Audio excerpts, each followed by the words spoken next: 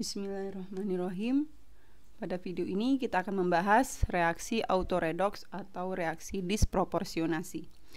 Reaksi autoredoks atau disproporsionasi adalah reaksi redoks yang oksidator dan reduktornya merupakan zat yang sama. Jadi, sebagian dari zat itu mengalami oksidasi dan sebagian lagi mengalami reduksi. Kita akan tunjukkan menggunakan contoh berikut. Jadi kita memiliki gas klorin yang direaksikan dengan natrium hidroksida menghasilkan natrium klorida, natrium hipoklorit, dan air. Kita akan tunjukkan reaksi reduksi dan oksidasinya. Kemudian kita akan menunjukkan perubahan bilangan perubahan bilangan oksidasi dari klor. Dan yang terakhir kita akan tentukan reduktor, oksidator, hasil reduksi, dan hasil oksidasinya. Nah, oke. Langkah pertama adalah menentukan bilangan oksidasi dari masing-masing zat yang terlibat reaksi.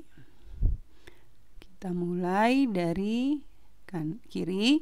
Klor berbentuk unsur bebas, bilangan oksidasinya 0. Kemudian natrium dalam senyawa selalu +1, oksigen umumnya -2, hidrogen umumnya +1, ya ini sudah 0, ini 0. Nah, kemudian di sini kita punya natrium klorida, natrium bilangan oksidasinya +1 dalam senyawa pasti. Kemudian klornya berapa? Karena ini ada senyawa, maka bilangan oksidasi dari klor adalah -1. Ya, kita tandai dulu. Nah, kita hapus. Nice. Nah, selanjutnya kita akan tentukan bilangan oksidasi klor dalam natrium hipoklorit. Natrium bilangan oksidasinya selalu +1, oksigen -2, maka total senyawa bilangan oksidasi unsur penyusun senyawa adalah 0, maka bilangan oksidasi dari klor di sini adalah +1. Ya, kita tandai. Nah, hidrogen dan oksigen biasa, hidrogen +1, oksigen -2. Nah, selanjutnya yang diminta tentukan reaksi reduksinya. Oke, reaksinya. Oke, yang mana ya? Nah, kita lihat klor sebelum reaksi 0, setelah reaksi -1 bilangan oksidasinya dan +1. Ada perubahan, kenaikan, dan ada yang turun. Kalau natrium bilangan oksidasinya +1 sebelum reaksi, setelah reaksi +1, setelah reaksi +1 sama. Oksigen sebelum reaksi -2, setelah reaksi -2 sama. Hidrogen sebelum reaksi +1, setelah reaksi juga +1. Nah, berarti yang kita lihat adalah ini ya dari klor. Oke. Nah, Cl2 kita beri tanda set. Nah, sini kemudian ini. Nah, jadi Cl2 menjadi NaCl itu bilangan oksidasinya dari 0 kemudian menjadi -1, maka ini adalah reaksi reduksi. Kemudian Cl2 menjadi NaClO, ini bilangan oksidasi klornya 0, kemudian di sini klornya memiliki bilangan oksidasi +1, berarti ini reaksi oksidasi. Nah, begitu. Kita tulis di sini saja ya. Yang B, bagaimana perubahan biloks dari Cl?